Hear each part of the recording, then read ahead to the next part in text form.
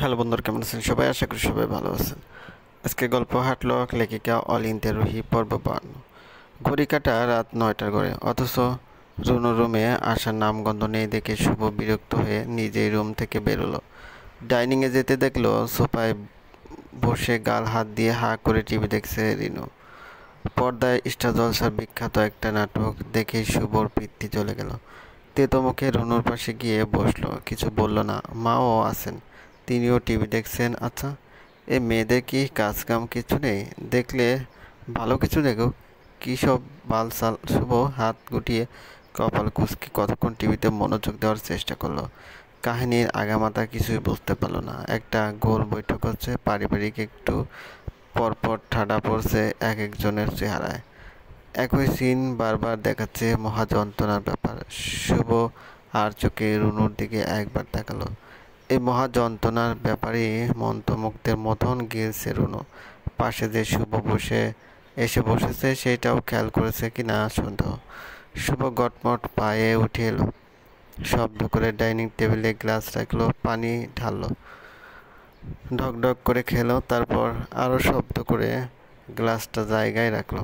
তখন কথা বললেন নেলি আন্টি। গ্লাস ভাঙবি নাকি আস্তে রাখ? রাগে পিত্তি জ্বলে যাওয়া হাসি দিয়ে শুভ জবাব দিল, আচ্ছা। ঘুমোতে যাচ্ছিস তো কি করব? এইসব ফালতু সিরিয়াল দেখবো?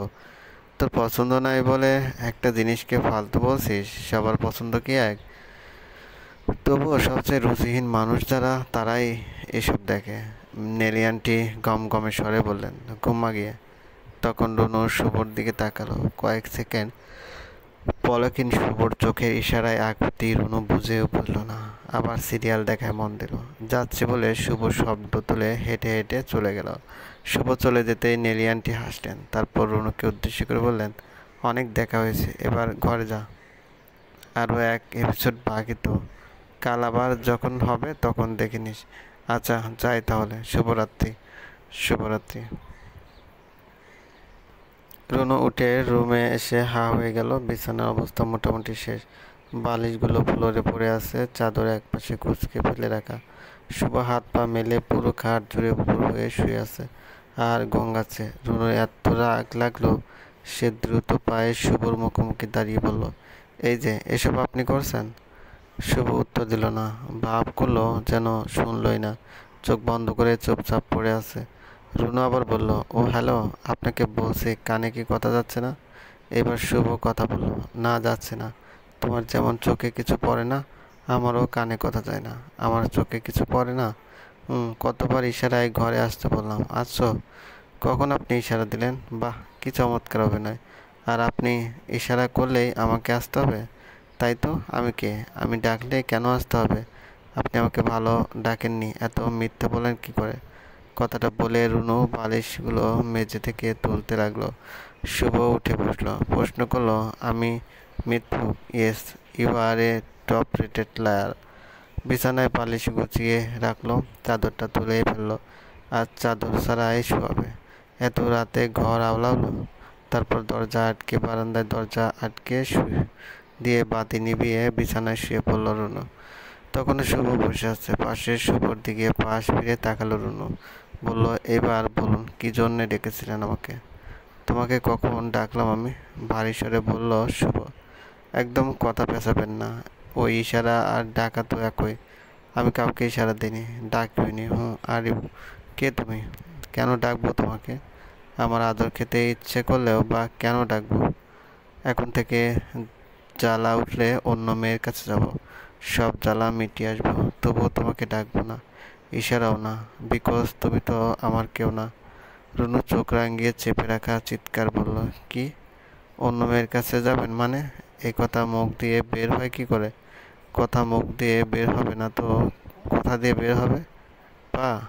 শুভ শেষ করার আগে রুনু পা প্রায় ঝাঁপিয়ে শুভর গলা টেনে ধরল, ঝুলে পড়ল। আহ্লাদি স্বরে বলল, আপনি আমায় ছেড়ে চলে যাবেন? অভিমানী শুভর বাক্যবান। আমি তো যেতে দেব না। কেন? আমি কে তোমার? আমার সব কিছু।